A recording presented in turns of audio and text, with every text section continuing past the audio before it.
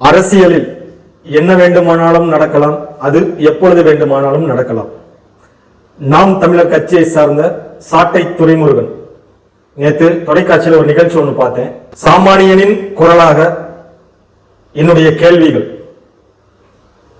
அந்த தொலைக்காட்சி விவாதத்துல நாம் தமிழர் கட்சியை சேர்ந்த சாட்டை துரைமுருகன் பங்கேற்றிருக்கிறாரு. அங்க மற்ற கட்சிக்காரங்க இருக்காங்க.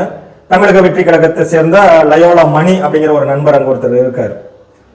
இவர் பேசும்போது என்ன சொல்றாரு, நாம் தமிழர் கட்சியை சேர்ந்த துரைமுருகன் பேசும்போது தலைவர் விஜய் அவர்களையும் அவருடைய கட்சி நிர்வாகிகளையும் குறித்து தரைக்குறைவா பேசுறாரு. என்ன பேசுறாரு, அந்த தலைவருக்கு ஒரு கட்சி நடத்துறதுக்கு தகுதி இல்லை, அந்த நிர்வாகிகிட்ட ஒரு ஒழுக்கம் இல்லை அப்படிங்கிற மாதிரி நிறைய அவங்களை பத்தி குறைவரையா பேசுறாரு. இதுல அந்த கட்சியை சேர்ந்த நிர்வாகிகள் இவர் பேச பேச அங்க எழுந்து அவரோட சண்டை போடுறாங்க. அப்பயுமே அவர் என்ன பண்றாரு, அவரோட பேச்சை நிப்பாட்டாம அவங்களை திட்டுற மாதிரியே அவங்களை குறை சொல்லிக்கிட்டே தான் இருக்காரு.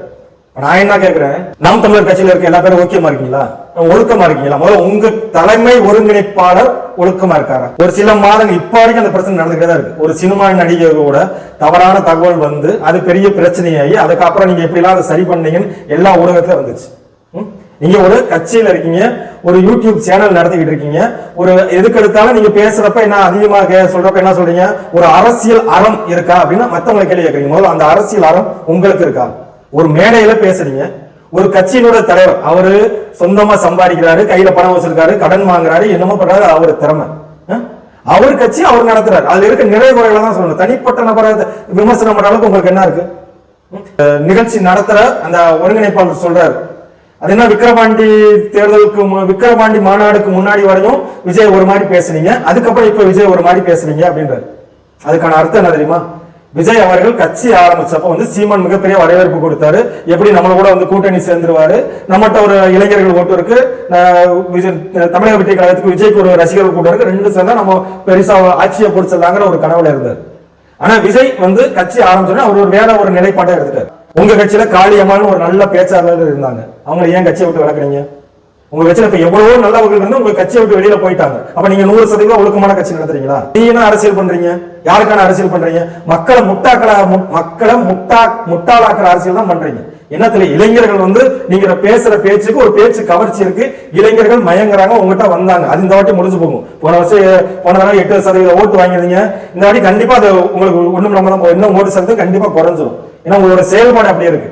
ஒரு குறைஞ்சபட்ச அறத்தோடையாவது பொது இடங்கள்ல பேசுறப்ப நீங்க மரியாதையா பேசுற உங்களுடைய தலைவர் சீமான் எப்படி மேடைகளை நடந்துக்கிறாருன்னு நம்ம பாக்குறோம். போன வாரம் நடந்த நிகழ்ச்சியில ஒரு நிருபர் அடிக்க போறாரு. அப்புறம் என்ன உங்களுக்கு பொறுமை இருக்கு? ஒரு கேள்வி, ஒரு நிருபர் அவர் ஒரு கட்சியை சார்ந்த நிருபரா கூட இருந்துட்டு போடுங்க, கேள்வி கேட்கிறாரு, நீங்க எப்படி பதில் சொல்லணும்? இல்ல அவர் தவிர்க்கணும். நான் எந்திரிப்பேன், அடிப்பேன், அதை செய்வேன், இதெல்லாம் நாகரிகமான பேச்சா? இதேதான் விஜயகாந்தாவது இயற்கையில அவர் கோபம் கொண்டவர். எல்லா இடத்துலயும் நம்ம கேட்டிருக்கோம். அவர் எல்லாமே அன்பானவர், பாசமானவர், கோவப்படுவார், கூட வேலை பார்க்கறவங்க மேல கோவப்படுவார், ஆனா கொஞ்ச நேரத்துல சரியாயிருவாருன்னு நிறைய நம்ம சொல்லியிருக்கோம். ஆனா நீங்க என்ன பண்றீங்க, எந்த பிரஸ் மீட்டுக்கு போனாலும் எங்க செய்தியாளரை சந்திச்சாலும் வீம்புக்கு பேசுற மாதிரி அவங்களோட அடிக்கிறதுக்கு தான் பயறீங்க. கேட்டா நான் உன்னை வர சொன்னான்னு கேட்கறேன். அது அவங்க வேலை. ஒரு தலைவர் வந்தாங்கன்னா உங்களுக்கு இன்னைக்கு ஒரு மாசம் இருக்கு, அந்த மாசம் 2026 முடிஞ்சு போகும். 2026 தேர்தல் 4% கீழே வந்து உங்களை யாரு தர போறா? வைகோ திமுக கட்சி பிரிஞ்சு ஒரு கட்சி ஆரம்பிச்சாரு. 5-6 வருஷம் அவருக்கு மிகப்பெரிய எதிர்பார்ப்பு இருந்துச்சு. ஜி.கே. மூப்பனார் காங்கிரஸ்ல பிரிஞ்சு வந்தாரு, அவருக்கு ஒரு எதிர்பார்ப்பு இருந்துச்சு. புரட்சி கலைஞர் விஜயகாந்த் அவர்கள் புதுசா ஒரு கட்சி ஆரம்பிச்சாரு, அவருக்கு ஒரு எதிர்பார்ப்பு இருந்துச்சு. இந்த மாதிரி எல்லாமே ஒவ்வொரு காலகட்டத்தில் காணாம போயிடுறாங்க.